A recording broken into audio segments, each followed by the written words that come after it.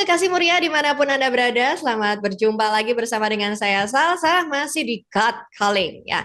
Senang sekali bisa menyapa kekasih muria pada hari ini.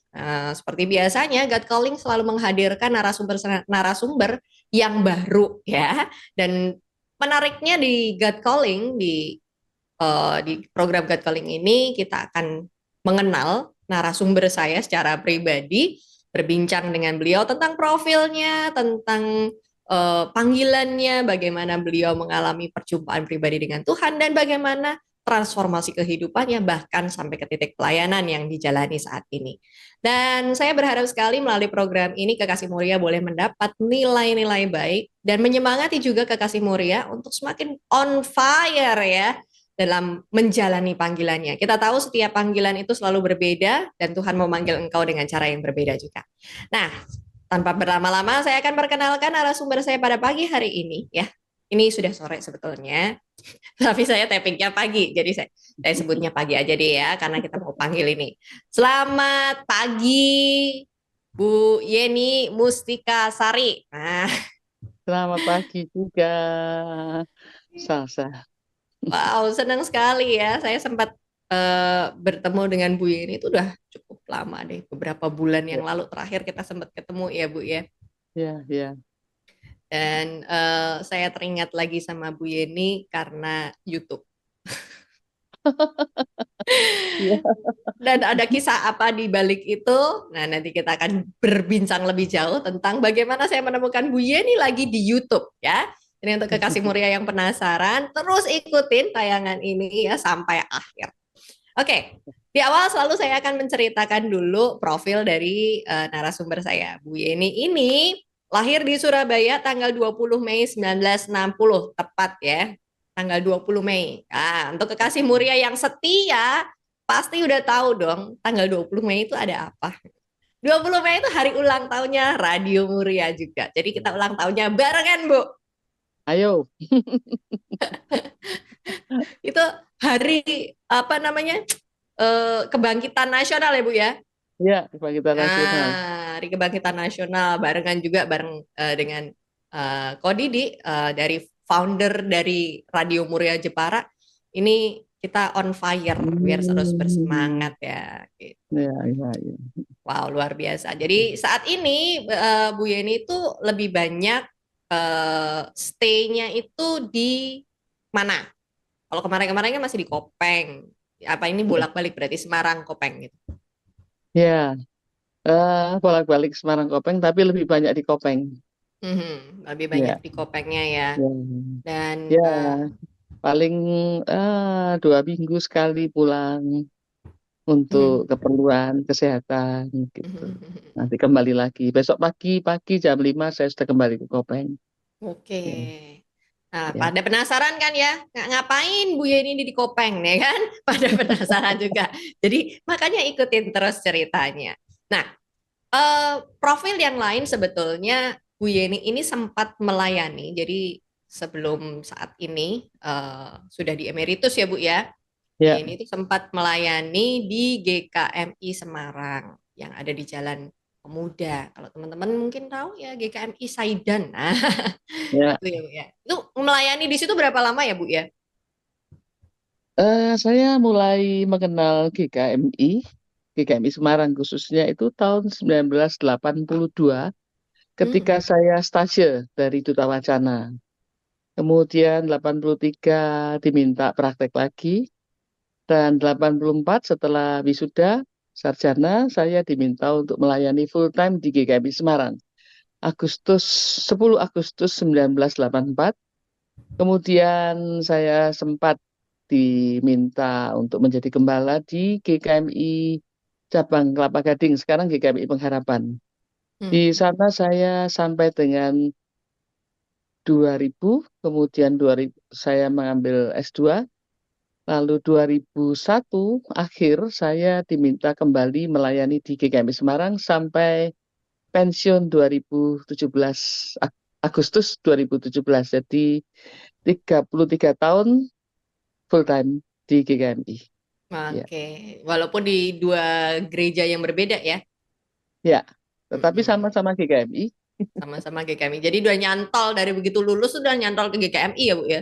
Iya, ini panggilan Tuhan melalui karyanya Pak Pendeta Aristarkus Soekarto almarhum. Karena sebetulnya Oh. saya bukan dari GKMI, Hmm. tetapi beliau mengincar saya sejak kuliah.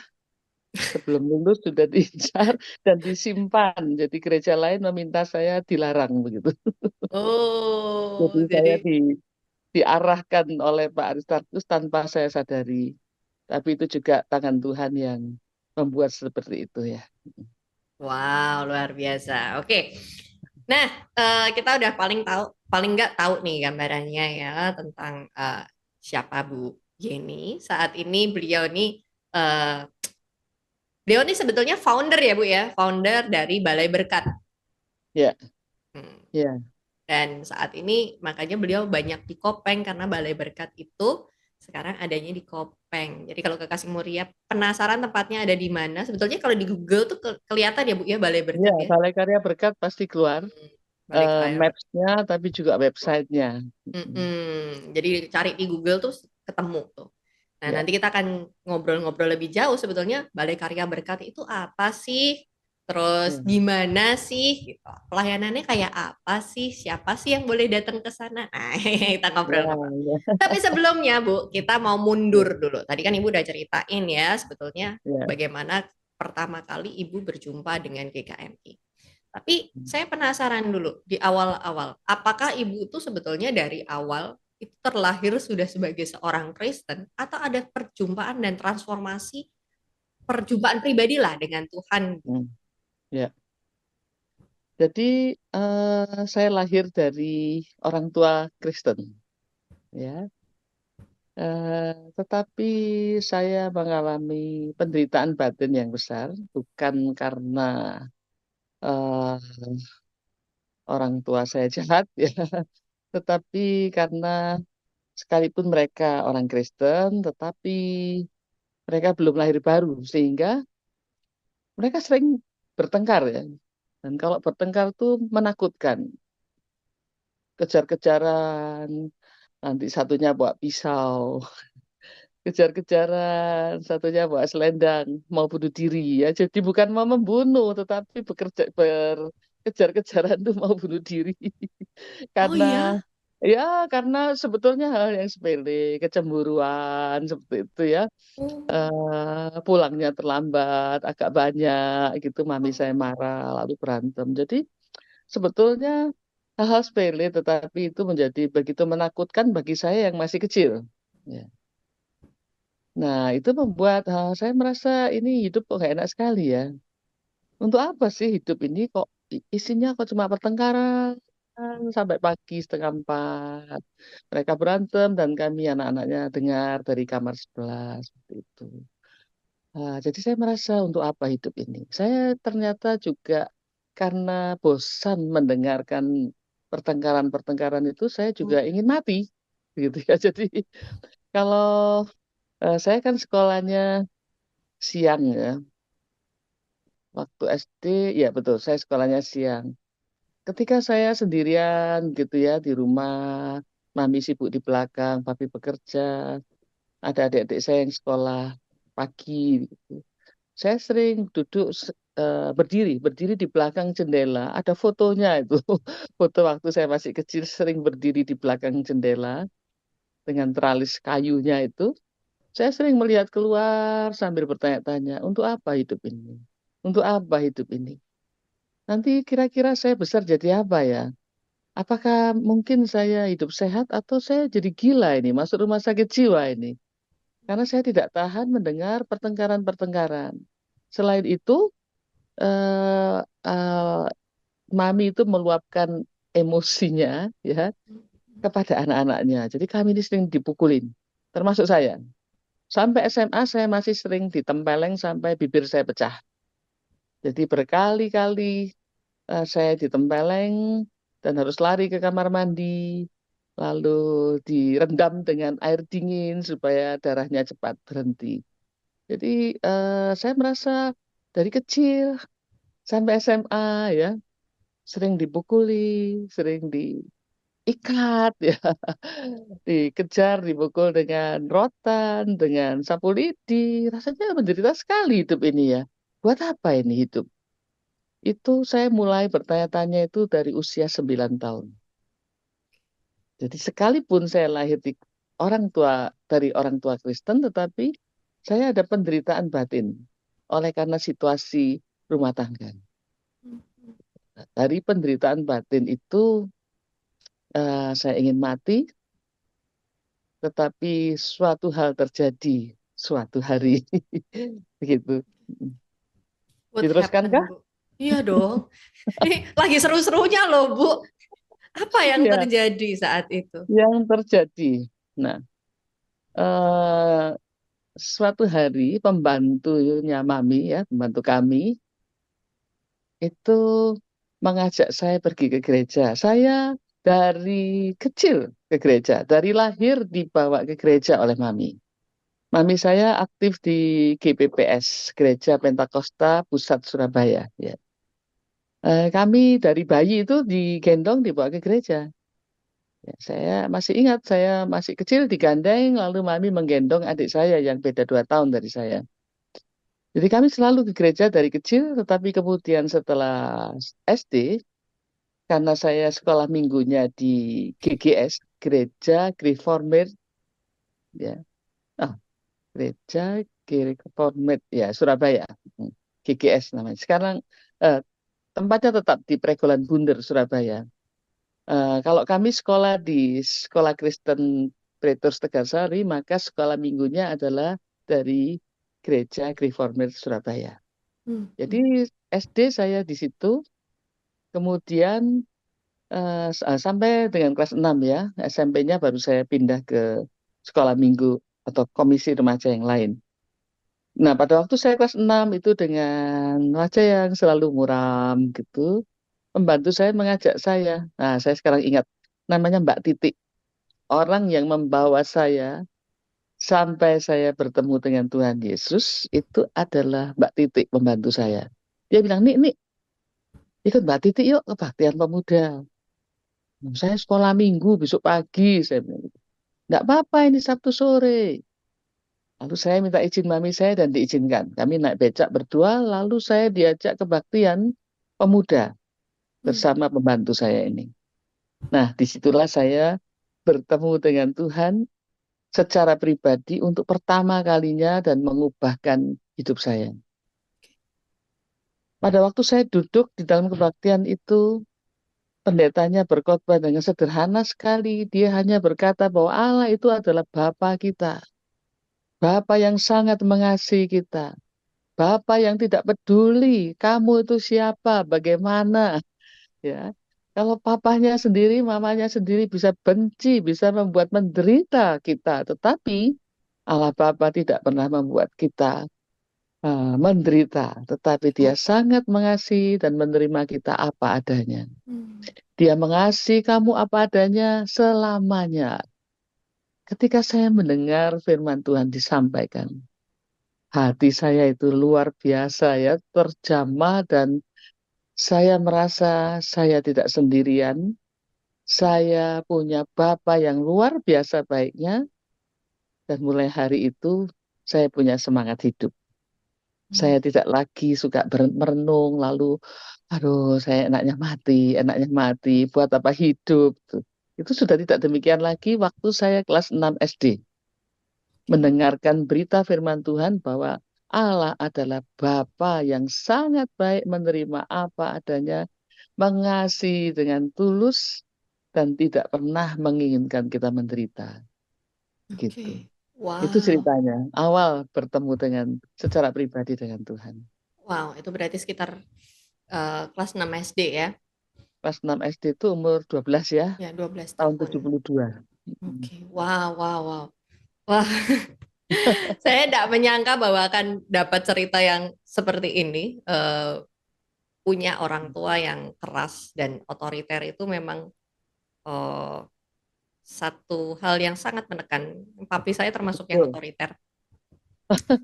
Iya. Dan jadi saya kebayang, jadi waktu tadi Bu Yeni bercerita ada kilasan di dalam ingatan saya, oh ya, saya pernah mengalami itu, pernah mengalami. Hmm.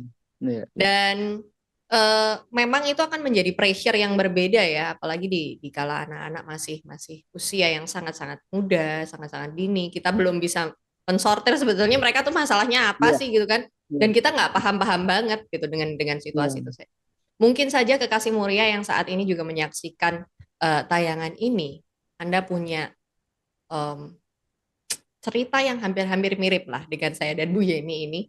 Kita punya orang tua yang otoriter, dan kamu merasa mungkin hidupmu tidak berharga. Mungkin hidupmu, orang tuamu tidak mengasihi kamu, orang tuamu menolakmu, dan lain sebagainya lah. Bahkan terbesit pikiran kayak Bu Yeni tadi. Saya juga kepikiran tuh, Bu. Dulu pernah kepikiran begitu juga tuh. Hmm. Ya, apa, Ya, mengakhiri hidup saja supaya aku tidak melihat pertengkaran itu, ya, supaya aku nggak terus-terusan jadi jembatan untuk mereka, atau ya. jadi pelampiasan untuk mereka. Apa aku mengakhiri hidup saja ya, gitu. Itu juga sempat terbesit dalam pikiran saya. Kalau kekasih muria saat ini sedang menyaksikan tayangan ini dan Anda punya pikiran itu, ingatlah seperti yang diceritakan Bu Yeni. Kita punya Bapak, Bapak yang mengasihi kita sekalipun seluruh dunia tidak mengasihi engkau. Ada Bapak yang mengasihi engkau, Sangat masih. ya. Dan dia tidak akan membiarkan engkau sendirian. Dia hanya menunggu engkau datang kepadanya, menyambutmu dengan penuh kehangatan dan sukacita. Gitu ya, Bu ya. Iya, betul, betul. Wow, luar biasa sekali. Nah, dari proses 6 tahun itu, Bu, Ya, eh, apa namanya, dari kelas 6. waktu di kelas 6 tadi, kan Ibu bercerita sebetulnya Ibu masih menerima tuh kekerasan itu sampai SMA. Hmm. Ya, Eh, Bu, saya mau bertanya, Ibu pernah nggak marah setelah setelah Ibu terima Yesus itu ya, mengalami ya. perjumpaan pribadi, marah sama orang tuanya Ibu, membenci mereka, Hmm. pernah nggak sih? Ya, sejujurnya tidak pernah. Jadi Hmm. sekalipun saya mengalami kejadian seperti itu, tetapi saya sangat sayang pada orang tua saya. Makin dewasa, memang saya semakin memahami bahwa eh, mereka itu maksudnya baik, tetapi caranya yang mereka tidak tahu ya mendidik anak dengan baik bagaimana gitu. Hmm. Mereka tidak bisa mengelola emosi mereka dengan baik ya. Hmm. Jadi Hmm. Hmm. eh, yang saya rasakan hanya, aduh saya kok menderita ya, aduh saya kok menderita, seperti itu aja. Tetapi benci tidak, saya tidak benci. Hanya efeknya adalah saya memang tidak bisa dekat dengan orang tua saya. Dalam Hmm. arti begini, secara fisik ya, secara fisik saya tidak bisa dekat. Misalnya digandeng-gandeng, dipeluk-peluk itu rasanya risih gitu. Hmm. Ya, Hmm. kalau dipeluk, digandeng orang tua rasanya risih karena apa? Tangan yang memegang saya, tangan yang memeluk saya adalah tangan yang menyakiti saya. Itu yang membuat rasanya kalau dipegang atau dipeluk itu saya selalu menghindar, ya, menolak gitu. Karena secara apa ya, psikologis ya itu Ya, ya. secara tidak saya sadari saya menolak gitu. Karena ini tangan yang sering mukulin saya gitu. Jadi saya tidak bisa menerimanya. Itu aja efeknya. Tetapi rasa benci kepada orang tua tidak ada. Itu jujur, tidak ada rasa benci. Saya sayang pada orang tua saya. Hmm. Begitu. Hmm. Hmm. Wow, luar biasa. Em, Soalnya jarang, Bu. Ada yang Ya, apa namanya jadi bisa benci banget ya. malah jadi benci Sakit hati banget gitu gitu loh. ya. Sampai sampai akhirnya merasa bahwa bukan hanya pesakitan ya, kayak pesakitan buat diri sendiri ketika Ya. disakiti oleh orang tua, tetapi lebih daripada itu mungkin ada kebencian dan kemarahan yang terus menyelimuti. Awas aja nanti misalnya sampai sampai membuat statement-statement seperti itu kan, karena banyak anak-anak yang saat ini Iya, iya. mendapatkan perlakuan Hmm. yang seperti itu, dan akhirnya Oh, tunggu aja sampai nanti aku siap, aku akan lawan kamu gitu. alas ya. Ya, Hmm. akan balas gitu. Dan Ya, ini menjadi challenge juga karena tingkat kekerasan dalam rumah tangga ini di zaman-zaman sekarang juga semakin meningkat kan dari waktu ke waktu, dan side effect terbesar ketika terjadi KDRT adalah anak, Hmm. ya kan? Ya, Dan ini PR sekali, membangun kesadaran buat para parents juga. Jadi ketika kamu berantem itu efeknya tuh besar sekali kepada anak-anak gitu kan ya. ya, betul. Dan perkelahian yang udah macam kayak WWA itu terkadang itu membuat traumatik sendiri buat buat anak-anak, dan Ya, kemarahan tidak bisa disangkali. Bu, ya, ya. saya mau tanya dari sama Ibu. Tadi Ibu bilang bahwa Ibu sebetulnya nggak marah sama mereka. Hmm. Ibu hanya merasa, aku nggak merasa dekat saja dengan kedua orang tua aku secara Ya, physically gitu.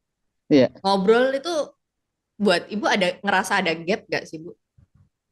Aku nggak Enggak, pengen jadi ngomong ini juga saya baru lah gitu. menyadari, ya. Hmm, Ini tiba-tiba saya menyadari, mengapa saya tidak sakit hati dan benci pada orang tua saya. Ini saya ya. tiba-tiba saya baru Hmm, menyadari. hmm, hmm, Karena kira-kira 2 bulan yang lalu juga ada yang bertanya pada saya, mengapa saya dibuat menderita seperti itu, tapi kok hasilnya seperti ini?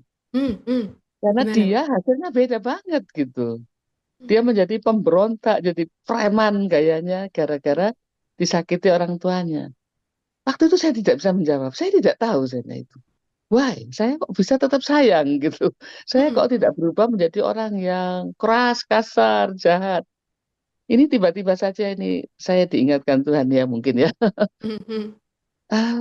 Saya rasa dan saya yakin saya tidak punya kebencian terhadap orang tua saya. Saya tidak punya perubahan sikap menjadi seorang yang kasar, yang suka menyakiti, yang kata-katanya kasar. Ini nih sumbernya sebetulnya dari firman Tuhan, ya. Hmm. Jadi mami saya itu sekalipun keras seperti itu dan sangat emosional dan otoriter, tetapi mami saya adalah seorang ibu yang mendidik kami keras untuk membaca firman Tuhan setiap hari. Oh, Jadi dari kecil kami harus bersila, berdoa bersama setiap malam, tetapi juga harus membaca Alkitab di kamar masing-masing. Dan seperti polisi, tiap malam kamar kami masing-masing digedor, lalu ditanya, sudah baca firman Tuhan belum? Kalau oh, belum, harus baca. Kalau nggak mau baca, dipukul. Jadi dari kecil kami membaca Alkitab. hmm, Tidak boleh tidak membaca Alkitab. hmm, hmm, Sampai SMA, perlakuan mami terhadap anak-anaknya seperti itu. Tiap malam dikontrol ke kamar masing-masing. hmm, Sudah baca Alkitab belum? Sudah baca Alkitab belum? Gitu, tuh teriak-teriak begitu itu. hmm.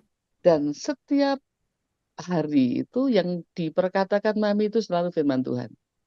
Jadi misalnya ini ya, mami itu kan pecinta bunga-bunga mawar segala. Jadi halaman tuh selalu penuh dengan bunga. Dan kami semua diwajibkan membantu. Entah Hmm. mengambilkan air lah, mengambilkan cetok lah, begitu ya. Dan setiap kali melakukan sesuatu, mami selalu mengatakan, lihat, ciptaan Tuhan ini sangat luar biasa.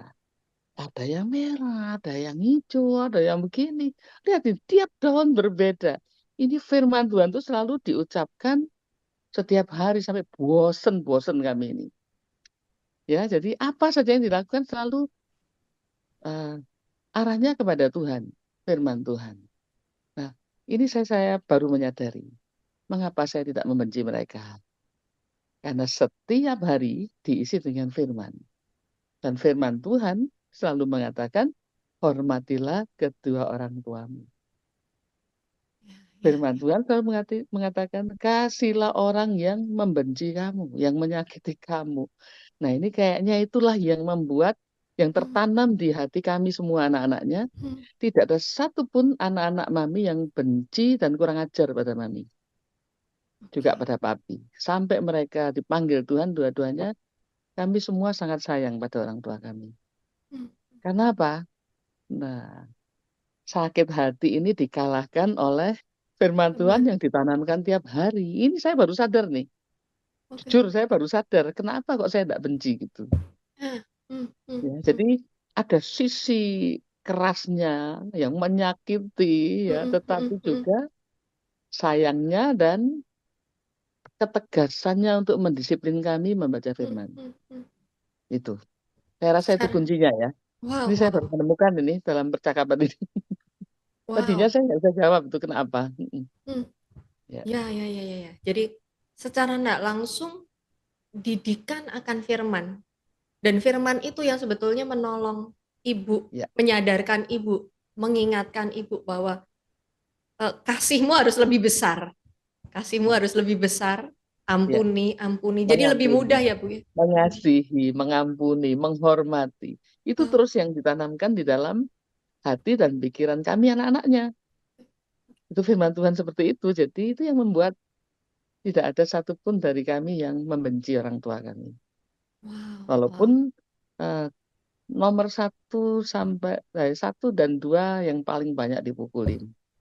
Hmm, Nomor hmm, tiga karena dulu pernah sakit, kejang-kejang, sehingga agak sedikit lunak kepada yang ketiga, yang hmm, keempat sama seperti saya diperlakukan dengan keras. Yang kelima, yang bungsu itu yang paling tidak pernah dipukul hmm, hmm, karena dia orang yang paling sensitif sejak kecil, sensitif. Kalau baru-baru baru dinasihati, kalau ada tamu ingat tidak boleh minta minum atau makanan ketika ada tamu, harus di belakang. Kita baru bilang ingat ya, kalau ada tamu tidak boleh. Nah, adik saya yang bungsu ini pasti menutup mulut saya yang bicara. hmm, Tutup. Sudah tahu. Dari kecil seperti itu. Jadi dia yang tidak pernah dipukul. hmm, hmm. Gitu. Kalau dimarahi ya, tapi dipukul tidak pernah. Tapi sampai anak keempat, saya ingat adik saya pernah dipukul dengan stang sepeda. Ya, jadi papi saya itu orangnya lembut, baik hati kepada anak-anaknya. Tapi kalau mami saya sudah berteriak, Hmm, kau hmm, sih, gitu ya.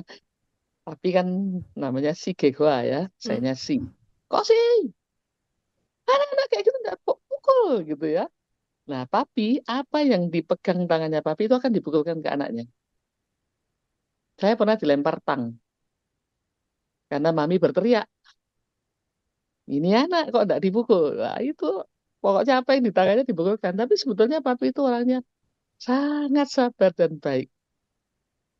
Jadi setelah memukul gitu anak-anaknya, nanti malam-malam papi datang ke kamar, duduk di ranjang, lalu lalu berkata begini, jangan nakal-nakal, nurut saja sama mami, supaya papi ini tidak harus mukul.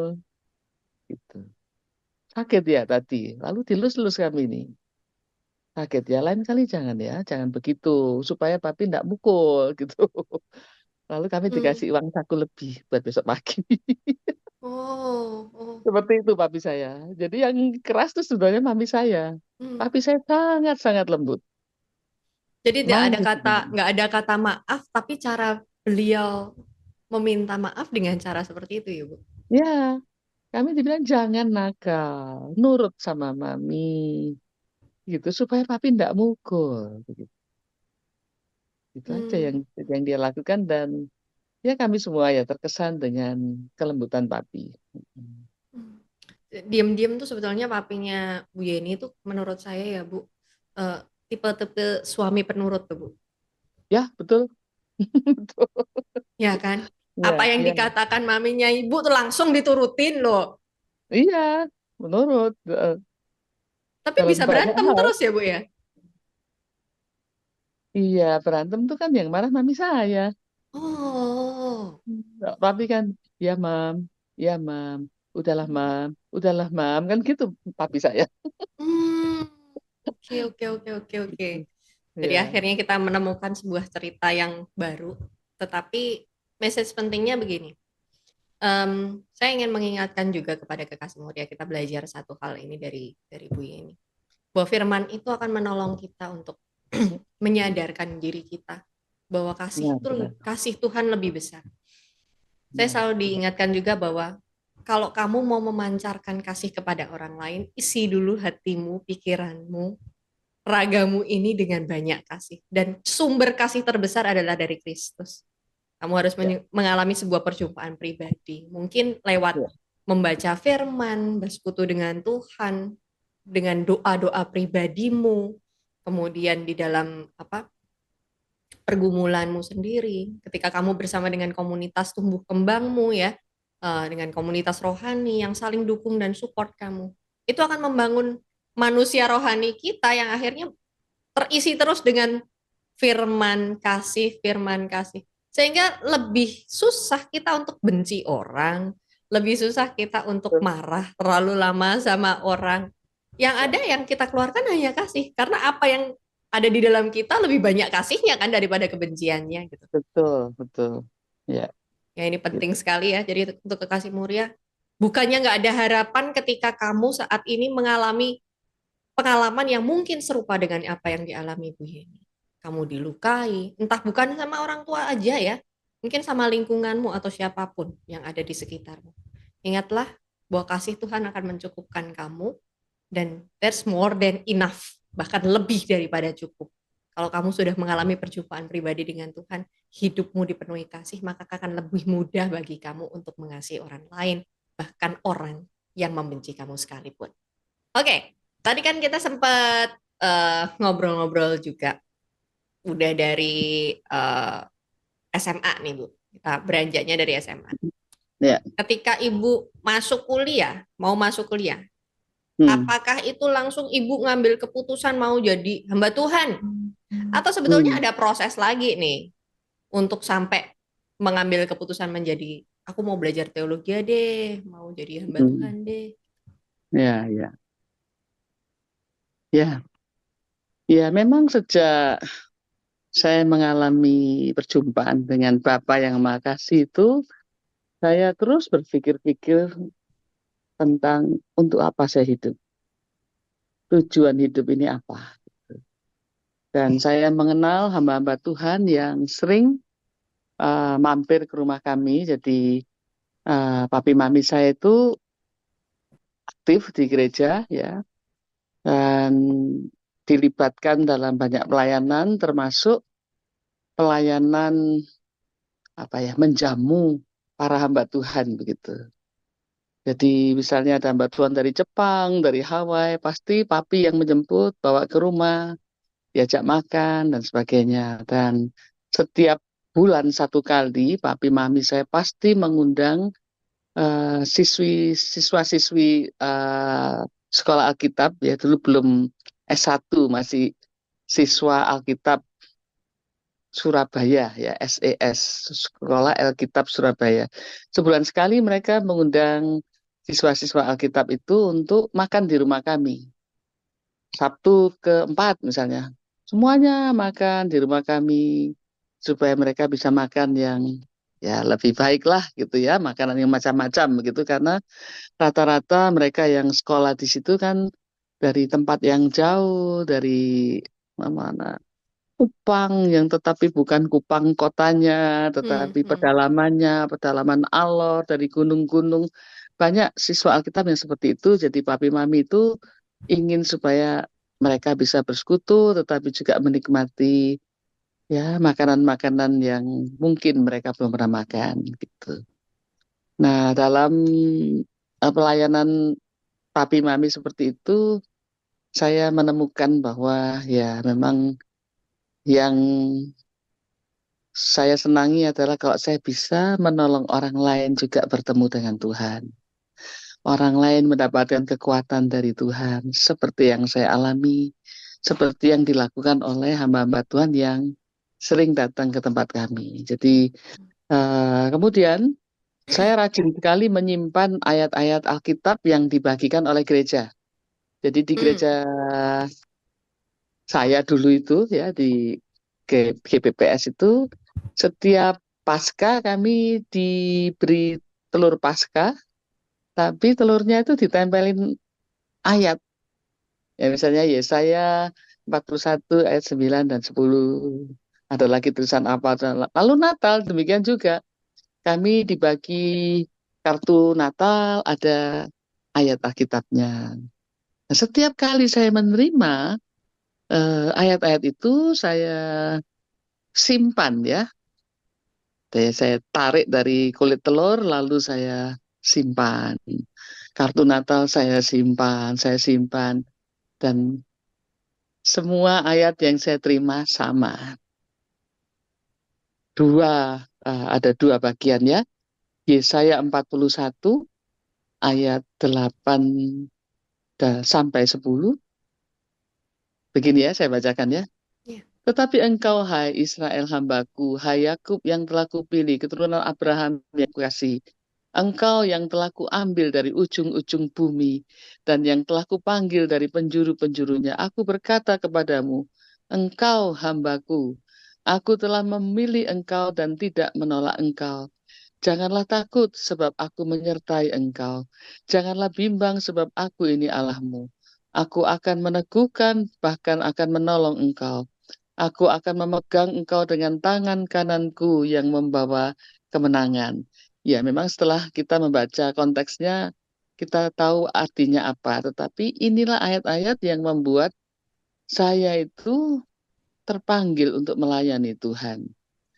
Yesaya 42, hanya dua bagian ini saja yang saya selalu terima dalam setiap Paskah dan Natal. Yesaya 42 ayat 6, aku ini Tuhan telah memanggil engkau untuk maksud penyelamatan, telah memegang tanganmu.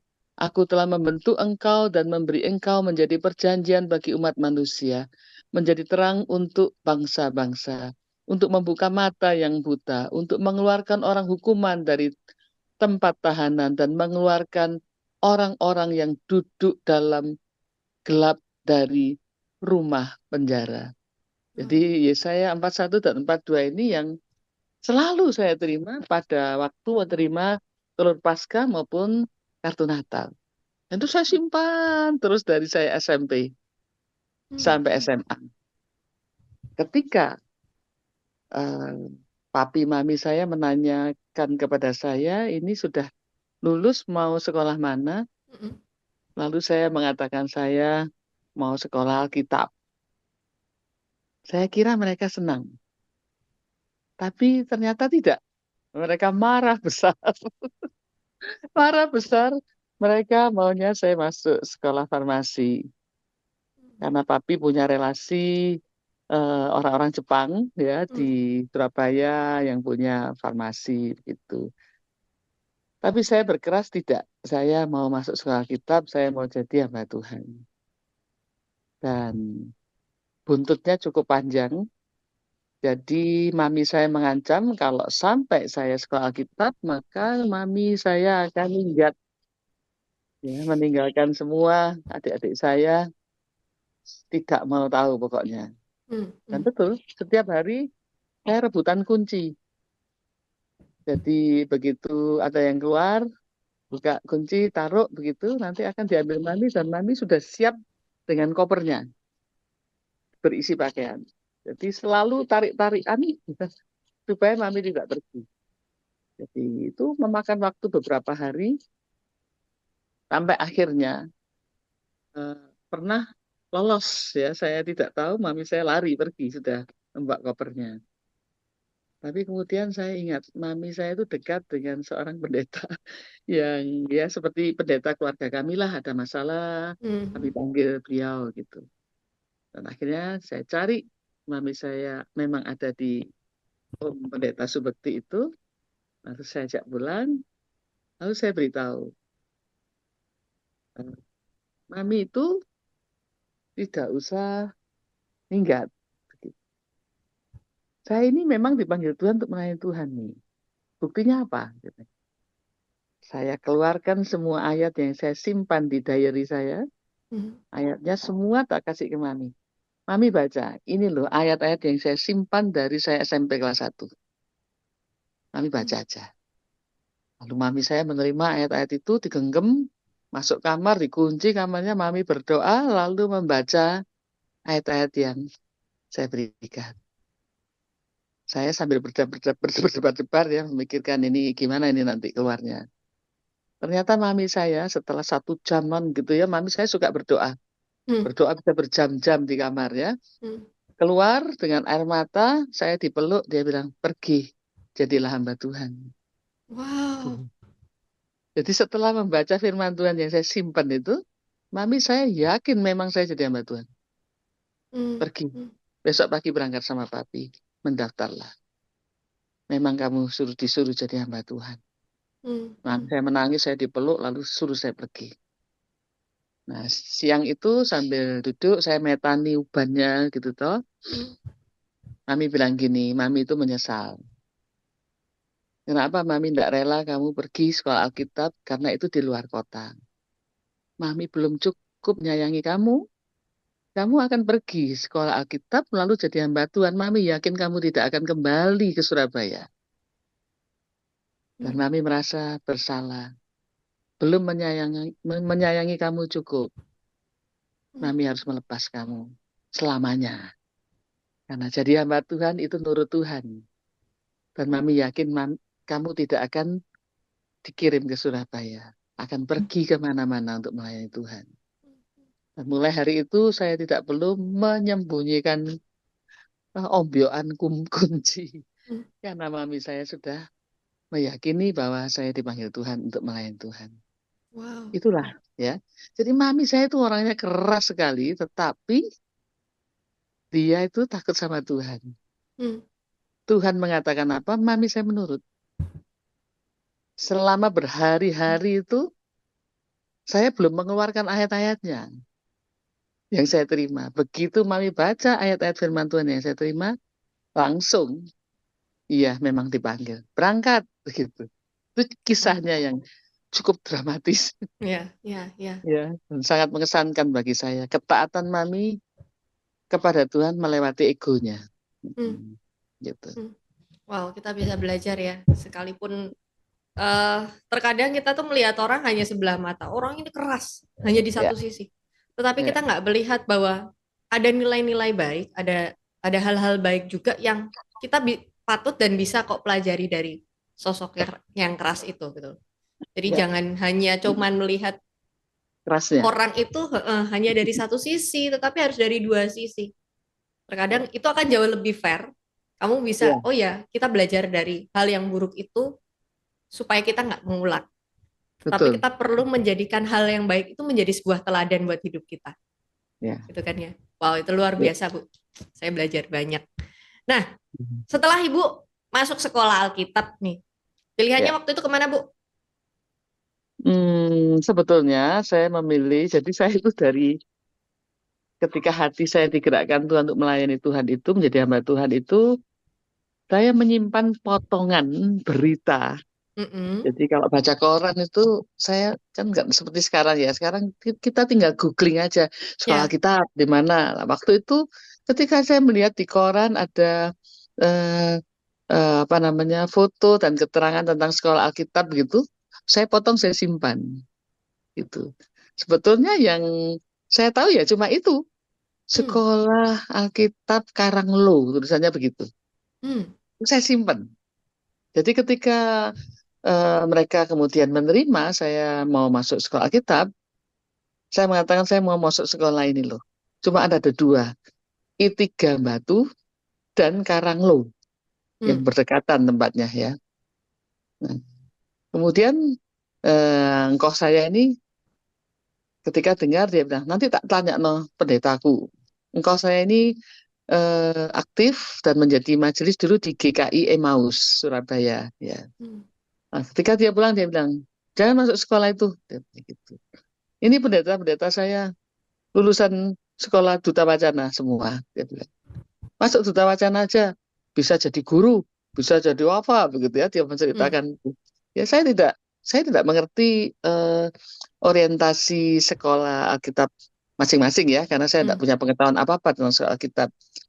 Tapi ketika kakak saya ini menjelaskan kepada orang tua saya, maka orang tua saya mengatakan, oke, pergi aja. Kalau gitu, nurut sama kode sekolah di Duta Wacana gitu. Saya Hmm. bilang, saya terserah sekolah di mana saja. Pokoknya saya ingin melayani Tuhan, itu aja.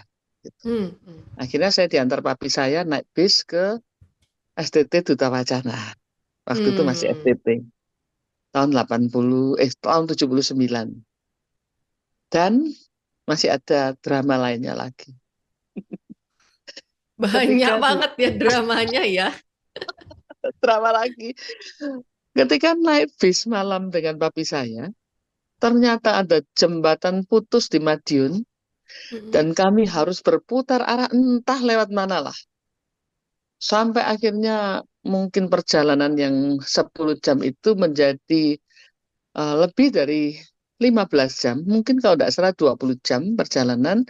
Barulah saya sampai ke kampus Duta Wacana. Mm-mm. Dan sampai di sana sudah tutup kantornya dan tanggal untuk mendaftar sudah berakhir kemarin. Mm. Lalu saya terkejut. Loh, ini kok sudah tutup berarti kan sudah tidak bisa mendaftar gitu. Tapi kemudian ada seorang mahasiswi, dia mendatangi saya, dia bilang, memang serius ini mau sekolah di sini. Iya, Ci. Gitu. Oke, saya tanyakan dosen, saya carikan formulir pendaftaran.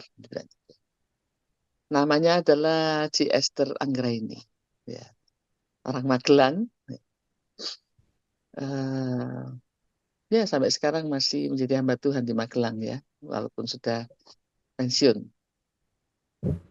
Lalu dicarikan dan saya mendapatkan formulir itu dan dia menolong saya untuk mengisinya dan langsung dikembalikan saat itu juga karena sebetulnya Mm-mm. sudah lewat 1 hari. Dia bilang, saya usahakan memasukkan ini, tunggu kabar ya, tunggu panggilan untuk tes masuk. Mm-mm. Lalu saya segera menyerahkannya, lalu kami pulang naik bis lagi dan pulangnya lancar sekali. Tidak Mm. ada hambatan 10 jam sampai ke Surabaya. Zaman itu ya 10 jam. Ya, Kalau sekarang sih cuma lebih berapa, cepat tiga ya. setengah jam. Ya. Dan pada waktunya saya menerima surat panggilan untuk tes dan kemudian diterima. Jadi Wah. dramanya pada pendaftarannya. Tapi Gitu. kalau memang itu karena perkenanan Tuhan, itu bisa aja ya Bu ya, walaupun Iya, eh iya. kayaknya susah Kelihatannya banget. hambatannya begitu banyak, Mm-mm. tetapi kalau Tuhan yang menginginkan, ya semuanya jadi. Wah, Kalau tidak luar ada biasa. drama-drama itu, mungkin kayaknya kok Kurang lancar-lancar greget ya, saja. kurang greget, Ini kurang ini benar berkesan. nggak sih ya? Ini Ya, benar nggak sih kok lancar-lancar saja gitu. Tapi ada banyak drama di perjalanan menjadi hamba Tuhan wah. Nah, begitu. setelah jadi hamba Tuhan pun kan tadi diceritakan ya bahwa sempat berpindah juga dari udah di Kemarin. Semarang, kemudian pindah ke Jakarta, balik ke Semarang lagi, gitu kan ya. Ya, ya. Dan eh, sepanjang masa studi sebetulnya aman-aman aja atau sebetulnya masih bergelombang-gelombang juga sih, Bu? Ada badai besar. Oh ya? Ada badai besar. Ya, tahun 80. Jadi saya masih, kalau zaman dulu tuh di Tua Wacana itu ada kelas persiapan 1 tahun, lalu kuliah 4 tahun. Jadi saya masuk ke tingkat 1, setelah persiapan tingkat satunya itu ada badai yang besar yang membuat saya tidak kuliah sekitar 1 bulan lebih gitu.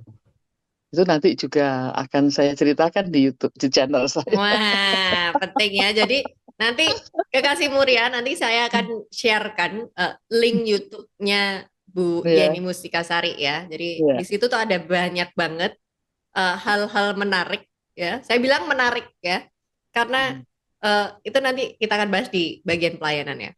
Nah, Ya, kita kembali lagi. Oke, ada begitu banyak hal yang terjadi dalam proses menjadi hamba eh, Tuhan. hamba Tuhan. Setelah jadi hamba Tuhan pun tidaklah mudah ya. Ya, Up and down terjadi. Saya mengenal Bu ya, Yeni itu di tahun 2011 akhir 2000 awal 2012 kalau nggak salah. Itu pertama kali kita berjumpa, artinya dalam ya, artian saat itu kan saya udah stay di kantor sinode dan banyak ditugaskan ke sana sini lah. Salah satunya ya. ditugaskan ke GKMI Semarang dan bertemu dengan Bu Yeni. Di sana kita melayani anak-anak berkebutuhan khusus. Nah, Bu, saya tanya, pelayanan ini kan yang bikin Ibu tuh. Apakah Ya, sebetulnya panggilan Ibu dari itu memang panggilan dari awal atau sebetulnya karena apa sih Bu? Ada pencetusnya nggak sih Bu sampai akhirnya Ibu kepikiran nih untuk membuat pelayanan khusus bagi anak-anak berkebutuhan khusus? ya, sebentar ya, saya mute sebentar ya.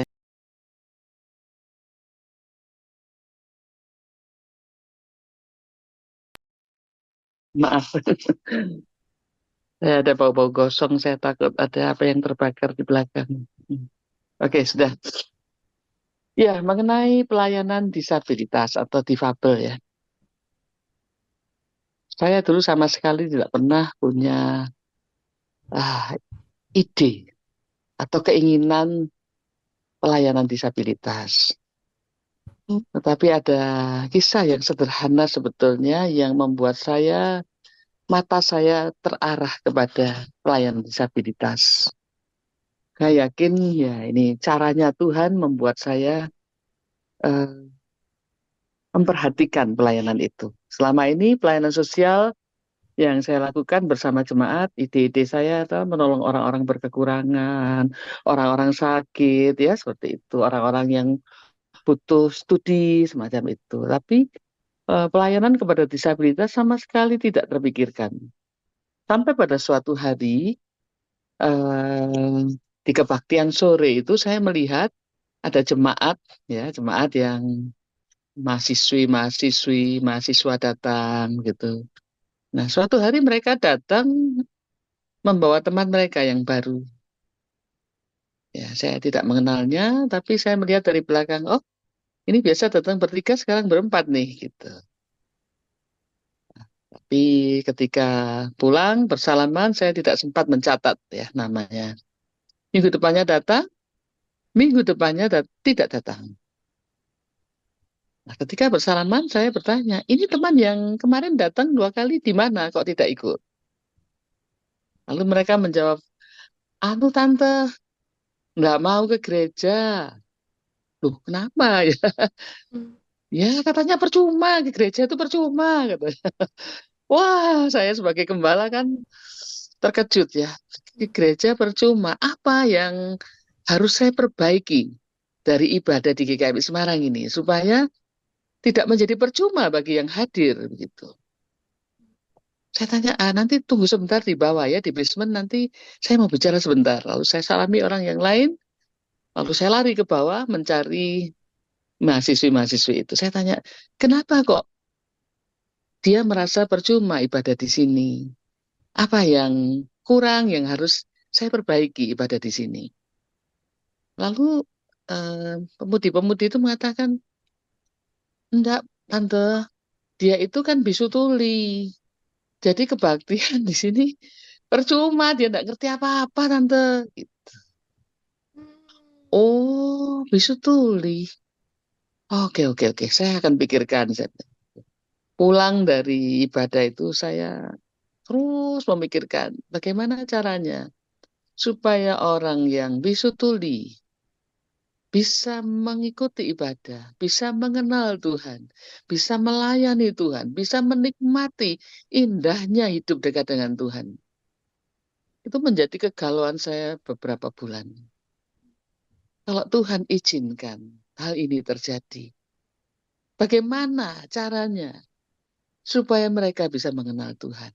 Itu menjadi pertanyaan saya kepada Tuhan. Setiap hari dan setiap saya ingat kejadian itu. Dan kira-kira 3 bulanan setelah kejadian itu, saya mendapatkan jawaban dari Tuhan. Jadi saya itu kalau tiap Kamis libur waktu saya jadi gembala. Karena Kamis tidak ada kegiatan penting di gereja, saya libur dan jam 5 pagi biasanya saya pergi. Dulu naik motor ya, kemudian diganti Tuhan mobil ya, naik mobil tiap pagi, Kamis jam 5 pagi saya pergi. Saya menyendiri.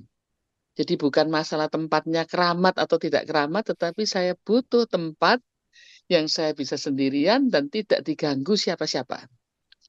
Di rumah tetap terganggu telepon yang terus berdering. pembantu ketok-ketok, anak praktek ketok-ketok. Itu saya terganggu. Jadi saya mau yang sama sekali tidak terganggu. Tiap Kamis pagi jam 5 saya pergi ke Bukit Doa di Ungaran. Di situ tidak ada yang mengganggu saya. Jadi saya bisa sendirian dengan Tuhan sampai sore hari. Gitu. Nah, setiap Kamis saya kalau ke Bukit Doa saya juga bertanya Tuhan, Tuhan mau suruh saya lakukan apa untuk orang disabilitas?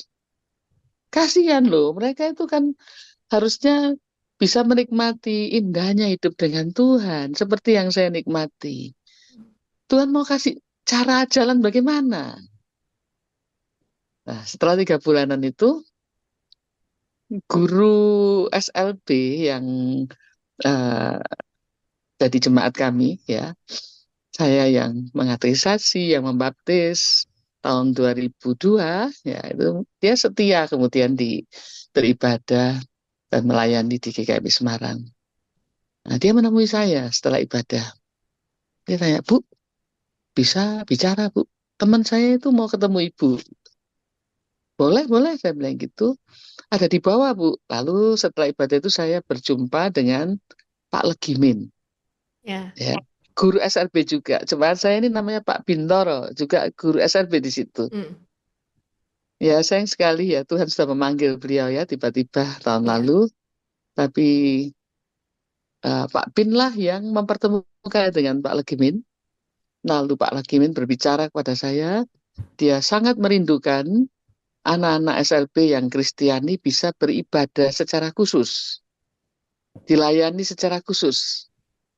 Lalu Pak Legimin ini bertanya, apakah kami bisa pinjam ruangan gereja ini atau bagaimana supaya anak-anak saya ini bisa dilayani secara rohani dengan khusus, secara khusus. Ya. Ya. Saya langsung mengatakan, puji Tuhan, ini jawaban Tuhan atas kegalauan saya, pertanyaan-pertanyaan saya setiap hari. Lalu saya katakan, Pak Legimin, tunggu ya, saya rapat majelis, nanti saya jawab baiknya bagaimana. Pak Legimin ini guru agama di SLB di Semarang. Hmm. Hmm. Ketika rapat majelis saya utarakan, lalu sungguh bersyukur kepada Tuhan, majelis-majelis pada waktu itu, mereka mengatakan, kalau menurut Bu Sieni bagaimana? Saya bilang, kalau menurut saya, kita buat saja ibadah khusus untuk orang-orang disabilitas. Kasihan mereka. Mereka ibadah ikut orang tua mereka di kebaktian umum, mereka tidak mengerti apa-apa.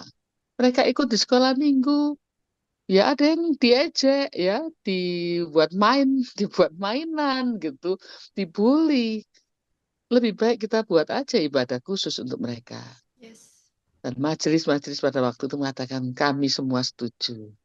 Memang betul mereka perlu dilayani. Dan akhirnya mulai tahun 2010 itu GKMI Semarang memiliki, November ya, Hmm. memiliki ibadah khusus untuk anak-anak berkebutuhan khusus. Oke. Itu ceritanya seperti itu. Kalau untuk Wow. ibadah khusus untuk anak-anak Anak-anak ya. berkebutuhan khusus, itu ceritanya. Wow, Gitu. luar biasa. Sampai sekarang masih nggak sih, Bu? Masih, masih, Wah, masih. luar biasa, Berjalan luar setiap biasa. minggu sore. Ya. Wow, wow, wow. Saya sempat tuh ikut Pernah kan melayani. dulu ya, pernah Ya, ya, ikut ya. melayani Sempat itu. sempat ikut melayani di Lalu kita sana juga. adakan seminar-seminar untuk Ya, orang tua anak-anak berkebutuhan betul, khusus ya. Waktu itu kan kita layani bersama itu dengan betul. Pak, siapa namanya? Uh, Armistead itu. Pak Ya, betul. Armistead. Ya. Saya selalu lupa depannya. Kalau istrinya namanya Bu Boni. Ya. Ya, betul. Pak Brand, Pak Brand. Pak Pak Brand, Brand Pak Brand. Armistead ya. Ya. Oke. Dan apa namanya? Proses pembelajarannya pun luar biasa ya, Bu ya. Kita sampai ikutan kelas juga. Iya, Sampai betul. ikutan kelas juga supaya kita paham betul bagaimana bisa menolong dan melayani Ya, anak-anak dengan kebutuhan khusus atau berkebutuhan khusus. disabilitas ini. Ya. Dan menariknya lagi Kekasih Muria, nggak berhenti hanya sampai pada pelayanan ibadah. Tapi Bu Yeni ini mulai tergerak juga untuk membuat anak-anak dengan disabilitas ini lebih jadi produktif, gitu ya Bu ya? Ya, betul. Akhirnya dibuatlah sebuah kegiatan di yayasan. basement gereja. Oh, Awalnya oke. kan dari itu ya, Ya, dari ya, basement basement. gereja. Dari basement gereja bikin activity nih Kekasih Muria. Nah, Ya, yang saya ingat dulu tuh sampai awal-awal masih bikin tusuk sate, itu sate, ya ya, Bu ya. Terus ya, nganyam, bawang goreng, terus nganyam sulam-sulam, sulam-sulam apa sulam pita. keset. Ya, Ya, ya. sulam pita, sulam keset, ya. Dan di awal-awal itu sampai akhirnya kegiatan itu tidak hanya berhenti di basement gereja, tapi akhirnya berdirilah sebuah yayasan Ya, yang dinamai Balai Balai Karya Berkat. Balai Karya Berkat yang sekarang ada di Kopeng. Makanya itu alasannya kenapa Bu Yeni ini banyak di Kopeng Kekasih Mulia. Ya, Ya. betul. Jadi eh, ibunya anak-anak, Bu Yeni ini jadi ibunya anak-anak ini ya. Di situ kegiatannya apa aja sih Bu sebetulnya kalau di Nah, Balai Karya Berkat? ya, boleh nggak cerita mengapa mendirikan Balai Karya Berkat? Boleh, boleh banget. Boleh ya? Penting, Penting ini. penting. Balai Karya Berkat itu didirikan hanya karena sebuah pertanyaan. Ya, memang itu keinginan Tuhan yang disampaikan kepada saya melalui sebuah pertanyaan. Pertanyaan dari seorang ibu, atau lebih tepatnya ibu-ibu dari anak-anak berkebutuhan khusus. Jadi sementara anak-anak berkebutuhan khusus beribadah, ibu-ibunya duduk-duduk ya di luar, di basement. Dan saya sesekali keluar dari ibadah sore itu, jika saya tidak sedang melayani, saya turun menyapa ibu-ibu itu, lalu melihat jalannya ibadah berkebutuhan khusus ya, orang-orang berkebutuhan khusus. Nah, ketika suatu sore saya lewat di depan ibu-ibu menyapa, lalu mereka menghentikan saya. Bu Pendeta, boleh tidak kami bertanya? Boleh. Dosa atau tidak kalau kami berdoa supaya anak-anak kami mati lebih dulu sebelum kami? Dosa atau tidak doa seperti ini? Itu pertanyaannya yang membuat Balai Karya Berkat dibangun. Dosa atau tidak? Coba Salsa dijawab, dosa atau tidak? Kalau ibu-ibu anak-anak disabilitas ini berdoa supaya anak-anak diambil Tuhan dulu sebelum ibunya. Nah, ini PR, Bu. PR, Jawabannya jawabannya sulit susah. jawabnya. Karena sebetulnya kan pertanyaan itu timbul karena mereka sebetulnya punya sebuah kekhawatiran kan. Ya, Kalau aku pergi dulu, bagaimana dengan anak-anakku? anakku. Bagaimana mereka bisa survive ya? Betul. Dan kekhawatiran itu muncul dari cinta seorang ibu terhadap Ya, anaknya. Ya, ya betul. karena itu waktu itu saya menjawabnya demikian. Tuhan tahu ibu-ibu sangat sayang pada anak-anaknya. Sekalipun mereka disabilitas, tapi ibu-ibu ini sangat sayang sama anak-anaknya. Mm-mm. Tuhan tahu hati ibu, cinta ibu yang besar. Jadi pertanyaannya itu tidak membuat ibu berdosa, tetapi permintaan itu tidak membuat ibu berdosa, tetapi ibu perlu mengganti isi doanya yang lebih tepat. Gimana Bu Pendeta doanya yang benar? Doanya yang benar adalah Tuhan berikan jalan supaya anak-anak saya ini bisa mandiri Mm. sebelum kami Tuhan panggil. Jadi kalau anak-anak itu bisa mandiri, ketika Tuhan panggil, kami bisa pergi dengan hati yang puas, lega, meninggalkan anak-anak tanpa khawatir. Doanya dirubah, Bu. Tapi soal dosa atau tidak, Tuhan tuh tahu ibu sangat mencintai anak-anak. Itu jawaban saya. Mm, mm. Tetapi ternyata saya tidak tenang dengan jawaban saya. Hati saya menjadi galau lagi. Tuhan, Tuhan. Terus bagaimana? Seandainya itu saya jadi mamanya, Ya. saya juga akan khawatir bagaimana anak-anak saya nanti. Bagaimana? Siapa yang memperhatikan, yang menolong mereka? Terus gimana Tuhan? Saya terus bertanya terus sama Tuhan pokoknya. Hmm, hmm, Sampai hmm, Tuhan kasih jawaban. Dan Tuhan memberi jawaban. hmm, hmm, Jadi doa kepada Tuhan itu sebetulnya manfaatnya sangat besar. Jadi kalau orang tidak mau berdoa, itu rugi besar sebetulnya.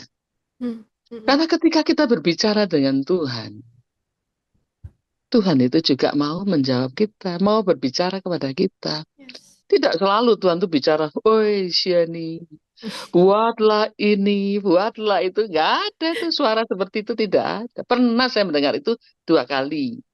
Ya, pada waktu saya betul-betul bergumul, Tuhan berbicara. Ya, secara audible. Tetapi secara umum sepanjang hidup saya 60 sampai 64 tahun lebih ini, saya mendengar Tuhan berbicara kepada saya dengan cara memberikan gagasan-gagasan di dalam pikiran maupun hati saya. Ketika saya terus bertanya, berdoa kepada Tuhan, Tuhan memberi saya gagasan, caranya supaya orang-orang disabilitas ini bisa mandiri, sehingga orang tuanya bisa pergi dengan tenang adalah melatih mereka. Hmm, Melatih mereka supaya mereka bisa memiliki keterampilan tertentu yang membuat mereka bisa mandiri, bisa survive dalam hidup. yes. Gitu. Dan itu Akhirnya. adalah mendirikan tempat pelatihan. Iya. Dari nol, tidak punya apa-apa sama sekali. Hmm, hmm, Gitu. Jadi itu ceritanya. hmm, Kenapa Balai Karya Berkat berdiri? hmm. Itu karena menjawab kegalauan ibu-ibu yang khawatir Kalau kalau mereka dia meninggal lebih dipanggil dulu. duluan. Iya, itu. Wow, wow. Nah, itu soalnya kalau misalnya ini kita panjangin lagi, Bu, itu ada ceritanya bagaimana Ibu memindahkan yang dari basement menuju ke Kopeng. Oh, itu ceritanya lebih seru Ah, lagi. ya panjang, tapi Lebih nanti seru lagi. kepanjangan. Nah, nanti kalau kekasih Muria penasaran cerita detailnya, tungguin di YouTube channel Bu Yeni ya. Ya, Nah, ya, ya. sekarang karena saya udah nyinggung-nyinggung terus dari tadi, YouTube channel Bu Yeni. Boleh dong, Bu? Nama YouTube channelnya apa, Bu? YMS Ministries. Nah, YMS Ministries ya. Di Ya, situ tuh YMS ya, itu singkatan nama saya toh. Ini ya Mustika betul. Sari Suryo. Tapi jangan Jadi ministry ya. Kalau ya ministry nanti yang keluar itu banyak. menghina orang Pakistan. Oh, YMS Ministry itu nanti keluarnya ministrinya orang Pakistan. Tapi kalau hmm. ministries ya Hmm. IES itu baru channel saya. Ya nanti saya tulis deh, ditulis ya di bawah gitu ya, supaya nggak Oh, salah klik ya gitu kalau ya. enggak nanti ditulis pendeta ya ini MS ya keluar itu di Oke, pokoknya channelnya nanti ya. tak sematkan nama itu. Nah, untuk Kakak Sibur ya, sebetulnya di dalam kenapa saya tertarik dengan YMS Ministries ini? Karena ketika saya menemukannya, saya terkejut. Di situ ada banyak banget lagu ciptaan Bu Yeni dan Bu Yeni nyanyiin sendiri ya Kekasih Mulia dengan gitarnya itu Dengan dan suara pas-pasan, gitar dengan pas-pasan. part of reflectionnya dan di situ tuh Hmm, Ibu tuliskan ini adalah doa kontemplasi. ya, Betul ya Bu ya? Doa ya, kontemplasi kemudian yang disenandungkan. Saya ya. bilang tuh dinyanyikan, disenandungkan. Dan idenya dari mana sih Bu? Gitu bikin itu. Kalau bikin YouTube-nya itu sebetulnya bukan ide saya, Hmm. tapi anak angkat saya karena dia merasa eman kalau lagu-lagu yang saya buat itu hilang, ya, Hmm. tidak ada gunanya. Memang tahun 90 berapa begitu tuh saya pernah membuat kasetnya ya, merekam Hmm. lalu dibagikan pada jemaat dalam bentuk kaset. Hmm. Hmm. Lalu kemudian pada waktu saya merayakan ulang tahun ke-25 pelayanan saya sebagai hamba Tuhan, juga pernah ada lagu-lagu yang direkam di CD, lalu dibagikan ke jemaat juga secara gratis, dibagikan pada siapa saja yang mau dengar. Hmm. Gitu. Hmm. Bahkan ada seorang ibu dari gereja lain yang mendengar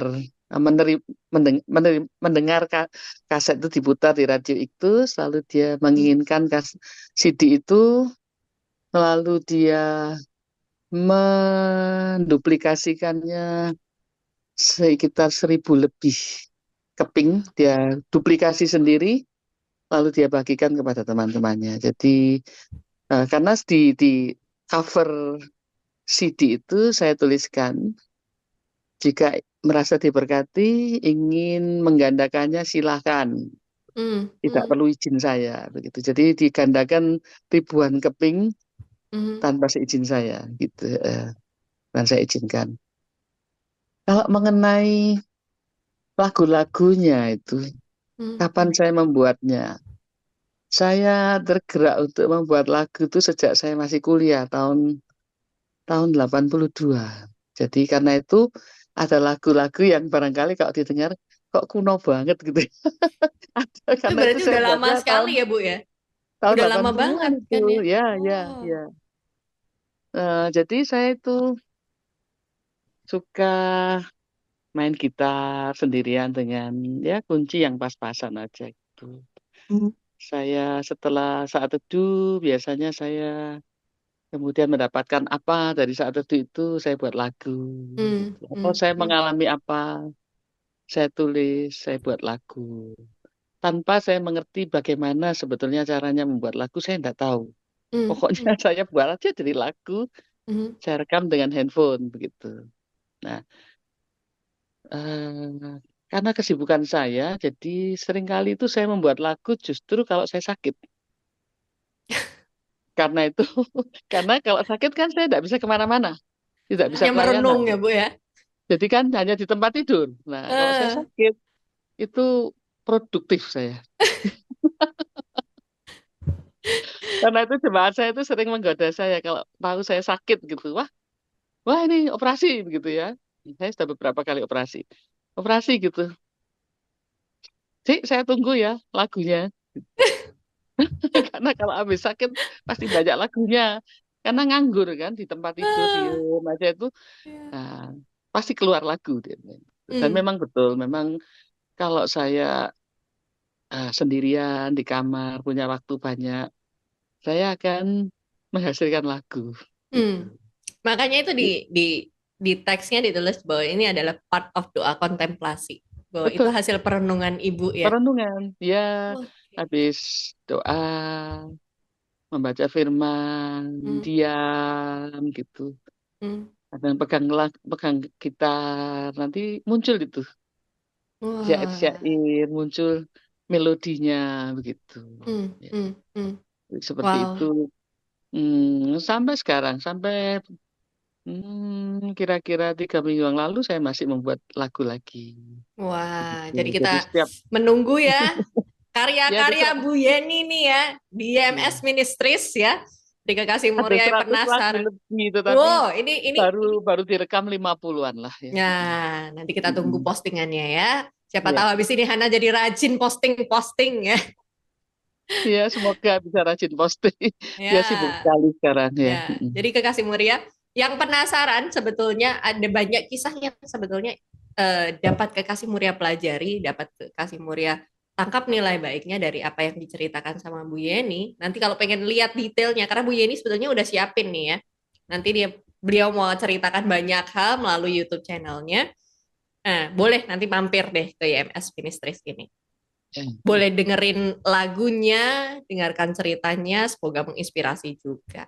Wow, gak Semoga. kerasa Bu, udah 1 jam kita ngobrol-ngobrol dan banyak Ya. sekali nilai baik yang boleh kita dapat. Dan saya juga berharap sekali Kekasih Muria boleh menangkap nilai baik dari obrolan kita pada hari ini eh, tentang bagaimana kamu bisa punya kasih yang begitu luar biasa kalau kamu terhubung Hmm. sama Tuhan dan firman itu menghidupi kamu. Ya, Ya, ini betul. garis penting sekali. Saya highlight sekali bagian yang itu, Bu. Ya, Karena dengan itu kita bisa mengampuni, kita bisa ya, merdeka. betul. Ya, kita bisa Ya, mengampuni orang, kita jadi merdeka dan kita jadi produktif tuh setelah itu. betul. Kita Ya, bisa jadi berkat buat orang banyak. Bahkan seperti yang diceritakan Bu Yeni, Tuhan tanamkan ide-ide baru, gagasan-gagasan baru tentang pelayanannya, terutama sampai bisa melayani anak-anak dengan kebutuhan khusus ataupun ya, disabilitas. Jadi berkat buat orang-orang yang tersingkirkan, buat orang-orang yang mungkin nggak terlalu banyak diperhatikan ya, bagian ya. yang diabaikan bahkan justru itu yang mendapat perhatian dari Bu Yeni. Dan saya merasa beruntung sekali punya kesempatan bisa ketemu dengan Bu Yeni saat itu dan ngobrol-ngobrol bareng sama Bu Yeni, ikut pelayanan bareng. Wah, kalau Hmm. diceritain saya sama Bu Yeni itu sampai kemana-mana, sampai ke Batam. Kita mau mencoba pelayanan yang apa ya Bu ya. Wow, luar Ya, biasa oke. banget. Ceritanya jadi Hmm. panjang luar biasa. Tapi saya berharap Hmm. sekali Kekasih Mulia bisa menangkap nilai baik dari apa yang kita obrolkan pada Ya, hari ini. Terima kasih Bu Yeni buat waktu dan sama-sama. kesempatannya. Saya merasa terberkati sekali dan saya harap juga Kekasih Mulia boleh terberkati. Terima kasih sudah menyaksikan God Puji Calling Tuhan. untuk hari Ya, ini ya. Sampai ya. ketemu lagi di God Calling minggu depan. Tuhan Yesus memberkati. Bye-bye. Ya, terima kasih. Ya.